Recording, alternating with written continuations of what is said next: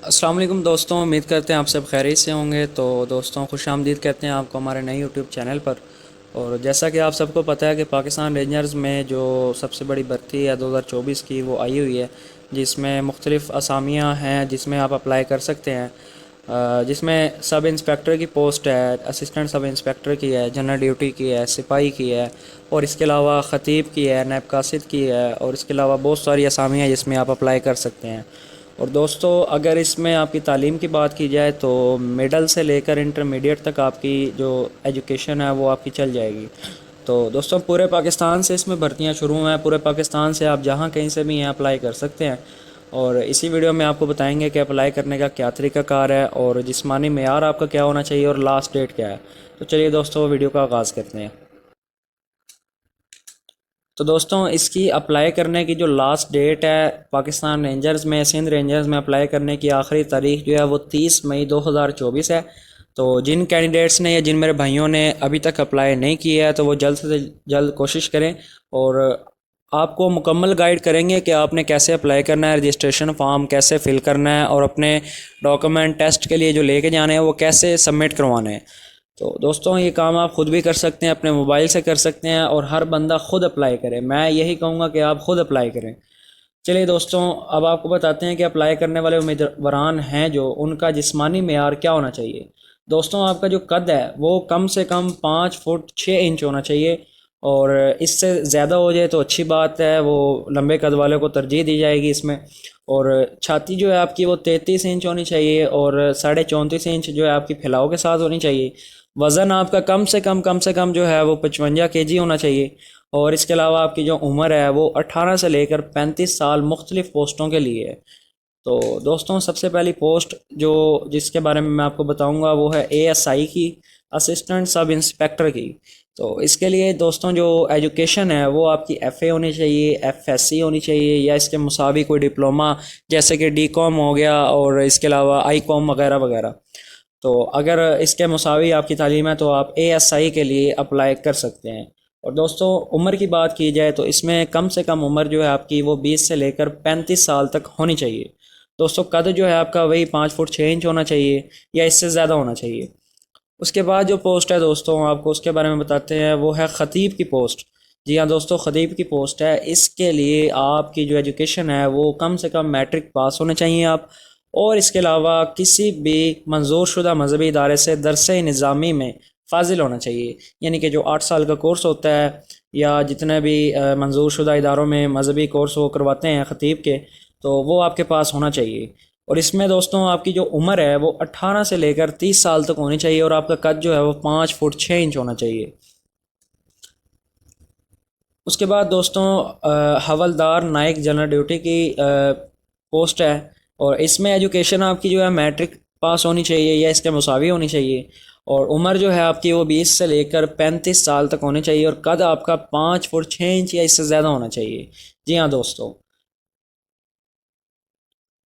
इसके बाद वाली जो पोस्ट है दोस्तों वो है सिपाही की, जिसमें असामियाँ भी ज़्यादा हैं, और जिसमें तालीम भी आपकी ज़्यादा नहीं चाहिए होगी। मिडल पास जो हैं हमारे दोस्त वो इसमें अप्लाई कर सकते हैं।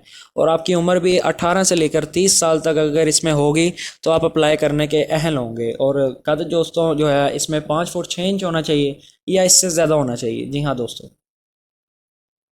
उसके बाद जो दोस्तों पोस्टें हैं वो प्लम्बर की हैं, टेलर की हैं, इलेक्ट्रिशियन की हैं, तिरखान की हैं, धोबी की हैं, हिजाम की हैं, और इसके अलावा खाकरूब की हैं। दोस्तों प्लम्बर, टेलर, इलेक्ट्रिशियन, तिरखान वगैरह में आपकी जो एजुकेशन है वो मिडल या इसके मुसावी होनी चाहिए। और खाकरूब के लिए जो है आपकी एजुकेशन जो है वो प्राइमरी पास होनी चाहिए, यानी कि 5वीं पास आप होंगे तो आप खाकरूब के लिए अप्लाई कर सकेंगे। और इसके अलावा दोस्तों आपको अपने जिस भी पोस्ट के लिए इसमें अप्लाई करना है, प्लम्बर के लिए करना है, तो आपको प्लम्बर का तजर्बा होना चाहिए, और आपके पास कम से कम 6 महीने का जो सर्टिफिकेट होता है इनका वो आपके पास होना चाहिए। जैसे टेलर का है तो टेलर का होना चाहिए, इलेक्ट्रिशियन का होना चाहिए, तजर्बा हो आपके पास, तो आप इसमें अप्लाई करने के लिए अहल होंगे। तो चलिए दोस्तों अब हम आपको बताते हैं कि इसमें अप्लाई करने का क्या तरीक़ाकार है, और आप खुद से भी अप्लाई कर सकते हैं। दोस्तों आपने गूगल पे आ जाना है। गूगल पे आने के बाद आपने सर्च करना है www.joinpakistanrangersSindh.org। जी हाँ दोस्तों, अगर आप ये भी लिख देंगे कि जॉइन पाक रेंजर्स सिंध, तो भी आप इस लिंक पे पहुंच जाएंगे और वेबसाइट आपके सामने है। वेबसाइट पे आने के बाद आपने थोड़ा सा नीचे आना है। थोड़ा सा नीचे आने के बाद आपको 4 से 5 ऑप्शन नज़र आएंगे, ये नज़र आ रहे होंगे आपको, कि एडवर्टाइजमेंट का है, इंस्ट्रक्शंस का है, अप्लाई नाउ का है और प्रिंट रजिस्ट्रेशन फॉर्म का है। तो दोस्तों आपने अप्लाई नाउ के बटन पे क्लिक कर देना है। अप्लाई नाउ के बटन पे जैसे ही आप क्लिक करेंगे तो आपके सामने रजिस्ट्रेशन फॉर्म जो है वो ओपन हो जाएगा।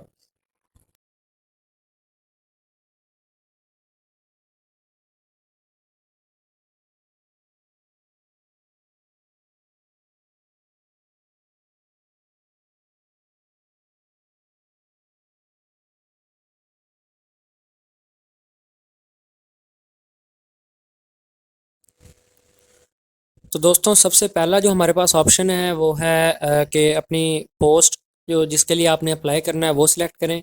सबसे ऊपर वाला ऑप्शन इसी का ही है। और हमने सिपाही जनरल ड्यूटी के लिए अप्लाई करना है, तो इसके लिए हमने सिलेक्ट कर लिया है सिपाही जनरल ड्यूटी। तो दोस्तों मैं सिर्फ और सिर्फ सिपाही जनरल ड्यूटी के लिए कैसे अप्लाई करना है वो मैं आपको बताऊंगा। बाकी अगर आप किसी और पोस्ट में अप्लाई करना चाहते हैं तो तरीका सबका यही है, सिर्फ आपने फॉलो जो स्टेप वो बताएंगे आपने उनको फॉलो कर लेना है और आपका अप्लाई हो जाएगा। तो दोस्तों जैसे ही हमने सिपाही जनरल ड्यूटी पे क्लिक किया तो इसने हमें रिक्वायरमेंट हमें अपनी बता दी है कि इसके लिए रिक्वायरमेंट जो है वो 18 साल से लेकर 30 साल तक होनी चाहिए एज लिमिट आपकी, और एजुकेशन आपकी 8 पास होनी चाहिए, और हाइट जो है आपकी वो 5 फुट 6 इंच होनी चाहिए कम से कम।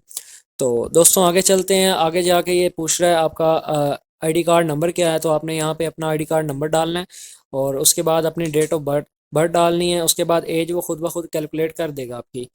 फिर दोस्तों उसके बाद आपने अपना सेंटर जो है, सेंटर जिस जहाँ पे आपने टेस्ट वगैरह देने जाना है वो आपने सेलेक्ट कर लेना है। तो देख लीजिएगा कि जो आपको मुनासिब लगे, जहाँ पे आप आसानी से पहुँच सकते हो, वो आपने सेंटर सेलेक्ट कर लेना है। तो मैं यहाँ पे सिलेक्ट करूँगा मंडी बहावलदीन, क्योंकि ये ज़्यादा नज़दीक पड़ता है। बाकी तमाम जितने भी हैं यहाँ पे वो सब मेरे इलाके से बहुत दूर पड़ते हैं। तो दोस्तों हमने मंडी बावलदीन सेलेक्ट कर लिया। उसके बाद दोस्तों हमने कैंडिडेट नेम जो है, फादर नेम जो है, प्रोविंस सेलेक्ट कर लेना है, डिस्ट्रिक्ट सेलेक्ट कर लेना है। उसके बाद जेंडर जो है अपने मेल है तो मेल कर लेना है, फीमेल है तो फीमेल कर लेना है। उसके बाद अपनी जो ओरिजिनल हाइट है आपकी वो आपने सेलेक्ट कर लेनी है। उसके बाद रिलीजन यानी कि आपका मज़हब क्या है, मज़हब दोस्तों आपने अपना सेलेक्ट कर लेना है। तो मेरा तो इस्लाम है अल्हम्दुलिल्लाह, तो मैं इस्लाम सेलेक्ट कर लूँगा। और इसके बाद मार्शल स्टेटस है कि आप शादीशुदा हैं या गैर शादीशुदा हैं, आपने वो सिलेक्ट कर लेना है। और दोस्तों इसके बाद मेलिंग एड्रेस यानी कि जिस मेलिंग एड्रेस यही आपका मुकम्मल पता जो है वो आपने लिख देना है। और परमानेंट एड्रेस में भी वही पता आपने लिखना है। और उसके बाद दोस्तों आपसे वो नंबर मांगेगा तो आपने अपना नंबर दे देना है। और सेकंड जो नंबर होगा उसमें आप अपने वालिद का भी दे सकते हैं या अपने किसी करीबी दोस्त भाई का दे सकते हैं।